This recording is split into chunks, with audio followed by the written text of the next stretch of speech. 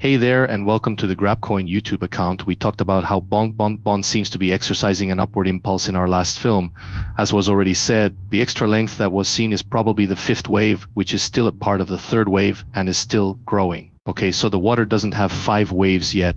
To be sure that there is an impulsive turnaround, that wave needs to be looked at. It's possible that the fourth wave has hit its lowest point within our support zone. This means that one more high is needed to confirm the end of wave 4, which is the bigger wave. As of now, we have seen waves 1 and 2. We are now in wave 3, which has 5 nanoscale waves. Based on our research, the market was at its weakest on April 13th. While we can think about the possibility of a fifth wave rise happening in the future, this 5-wave pattern makes it more likely that the third wave has already happened. After closer inspection, it's clear that the price needs to stay above 1,7721 in order to rise to the top of the pattern.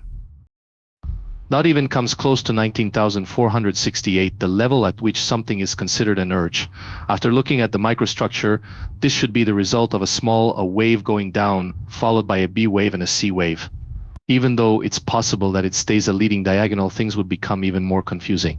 In order for something to be officially called an impulse, it must first stay below that 50% retracement and then hit another peak. It is, in fact, possible. As I said in yesterday's film, there is a possible resistance level right now. Furthermore, I believe that the price would be rejected at this point, which it did, causing a drop back to support. I did, in fact, give you that support area yesterday.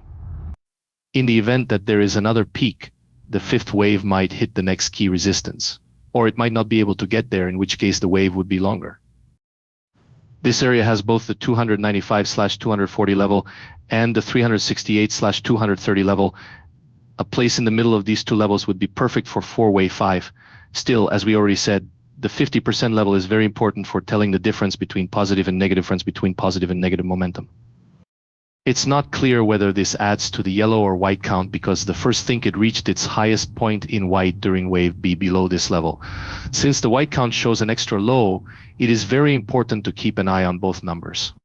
As if it were trying to make a diagonal, there is an extra improvement zone after the retracement level. It looks likely, but it's trying to change its mind too quickly and hasn't fully decided what it wants to do yet. Because of this, I either say that a correction is ended or think of it as such whenever I can. In this case, I take the necessary steps. Unfortunately, we have not yet hit the 5-wave threshold. Once we do, I will be able to say that we have reached our lowest point and move on to the next one.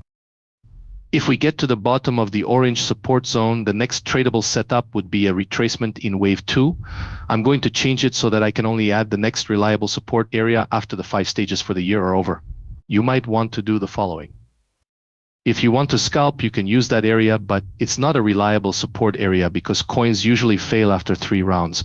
I am more likely to stay positive though, as long as we stay above the support area, and especially as long as we go above the 50% correction. In light of this, I think we should stay above that support area, even if we have already reached our lowest point since April 13th, or if another low forms nearby. Following the market for a while would have found this orange lower support region interesting. It suggests that we may have reached the bottom, or that at least one more low would show a bullish bias against it, pointing to a rally to the 38.2 extension at 7302039. This would mean that the price would rise to that level. The most current thing I know about Bonk is that you should climb through the support zones, especially the main ones. When you're range trading, the main ones can be very helpful, but the micro ones might not be as reliable. There are boxes on the chart that can help you see possible entries, but it is up to the user to choose which entry to look for. Thanks so much for checking out the Grap YouTube account. If you liked the update, please subscribe and like the movie.